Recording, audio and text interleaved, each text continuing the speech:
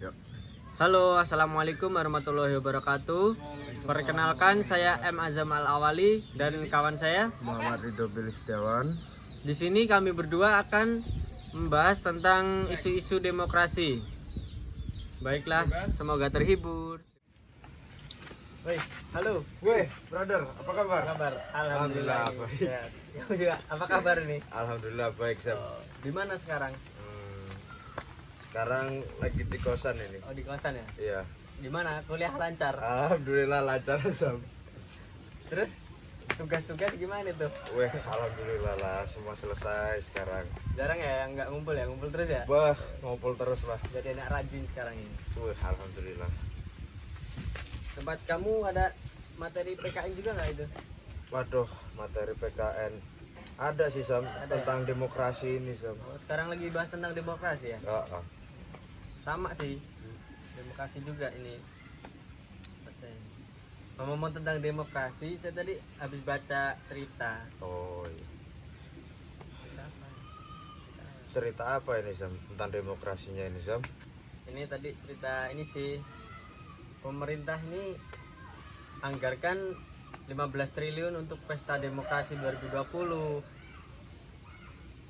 Oh, kok bisa ya pemerintah ngadain pesta, tapi uangnya banyak banget. Hehe, itu bukan pesta kayak ulang tahunmu gitu. Pesta demokrasi itu nama lain dari pilkada. Itu loh yang kita nyoblos untuk pilihan gubernur, wali kota, dan bupati. Oh, tapi uang sebanyak itu dari mana dan buat apa aja sih, Zam? Jadi untuk membiayai pilkada ya dari pajak kita, Bil. Uang sebanyak itu dipakai untuk mencetak dan menyebarkan surat suara, menggaji panitia hingga petugas keamanan pilkada di seluruh daerah Indonesia. Dari sini kita belajar, Bil, bahwa uang pajak menjamin demokrasi. Pajak itu dari rakyat, oleh rakyat, dan untuk rakyat. Oh, Gitu. Saya tadi baca ini sih, bagus. oh gitu, baru tahu, Zam, baru tahu. Kirain duit sebanyak itu buat apa, Zam? Ternyata buat Pajak. ternyata buat bayar pajak di seluruh daerah Indonesia. Jadi pajak itu dari rakyat, oleh rakyat, dan untuk rakyat. Oh. Baik, mohon maaf sebelumnya. Video ini kami potong ya. Kemudian akan kami lanjutkan di lain tempat. Terima kasih. Baik ya, untuk pertemuan kita kali ini Oh, iya, beda dengan yang kemarin ya.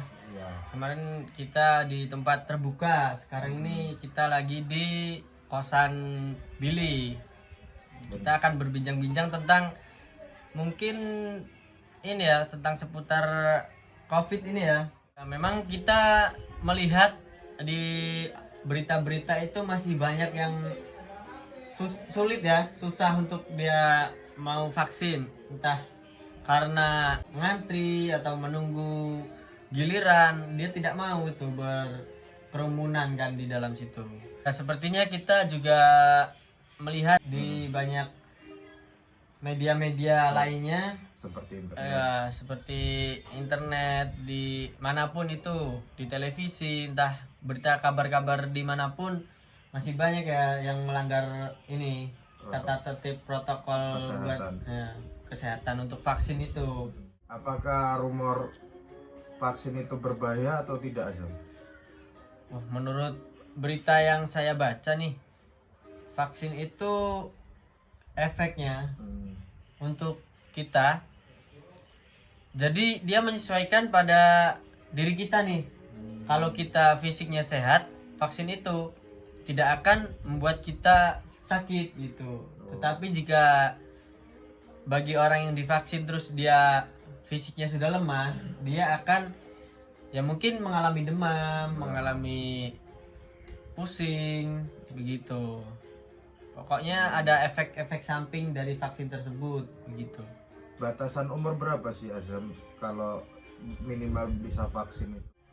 Vaksin itu sebenarnya boleh dilakukan dari umur 17 ke atas gitu. Oh. Jadi ya Dan dosisnya pun setiap orang berbeda-beda. Jika dia jika dia mempunyai riwayat sakit, dia akan diturunkan dosis vaksin tersebut begitu. Oh, gitu. Ya. Apakah boleh Azam, terutama di bawah 17 tahun itu mengikuti vaksin atau tidak? Menurut saya jika vaksin di bawah umur itu belum boleh loh. Oh. Jadi dia belum mencukupi nih umurnya. Takutnya terjadi dampak atau efek-efek yang ditimbulkan. Ya mungkin gini Zam, mungkin sebagian besar ada ya yang tahu efek samping dari vaksin.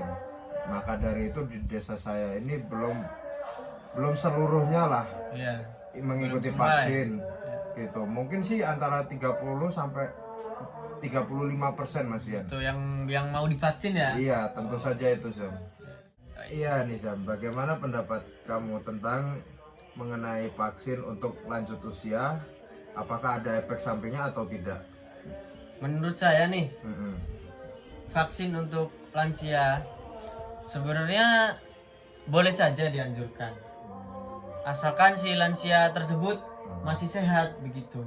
Lansia tersebut tidak memiliki sakit, maksudnya dia tidak sedang terbaring sakit atau dia mempunyai penyakit, mempunyai ya, riwayat penyakit. mempunyai riwayat penyakit lainnya. Jadi begitu ya Zam. Asalkan lansia tersebut masih beraktivitas sama seperti kita, boleh. Boleh. Kalau mau divaksin tidak apa-apa sih menurut saya begitu. Bagaimana pendapatmu Azam tentang COVID-19 ini untuk kedepannya? Menurut saya di masa pandemi ini kita harus lebih lebih mematuhi protokol kesehatan. Jika kita patuh, kita melaksanakan protokol kesehatan itu, maka akan menutup kemungkinan tidak ada penularan si virus COVID-19 ini. Jadi kita semuanya akan terlindungi lah dengan kita mematuhi protokol tersebut begitu. Oh begitu Azam. Oh ya gini Azam, terima kasih sudah berkunjung ke kosan saya. Ya masih bisa menyempatkan dan meluangkan waktunya mengobrol santai di kosan saya ini. Baik, saya juga berterima kasih nih. Dalam pembuatan video ini kita bisa belajar banyak hal ya.